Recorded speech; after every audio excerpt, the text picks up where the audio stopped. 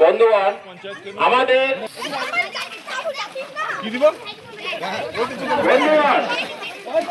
সমস্ত গ্রামবাসীর কাছে আশীর্বাদ চাইছেন, আপনারা বিধানটাকে চতুর্থবারের জন্য জয়ী করুন আর জোড়া ফুল চিহ্নে ভোট দিন। এপ্রিল আসছে দিন, দমদমার গ্রামবাসী শপথ নিন এবং বিপুল ভোটে আমাদের বিধানটাকে জয়ী করুন।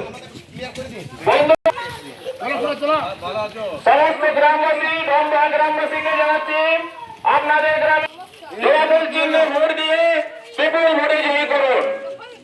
আপনাদের সামনে আপনাদের বিধায়ক এসছেন, বিধান উপাধ্যায়। আপনারা সেটা অব্যাহত রাখতে এবং ওটাই যাতে নিয়মিত ভাবে হয় তার জন্য বিধান উপাধ্যায়কে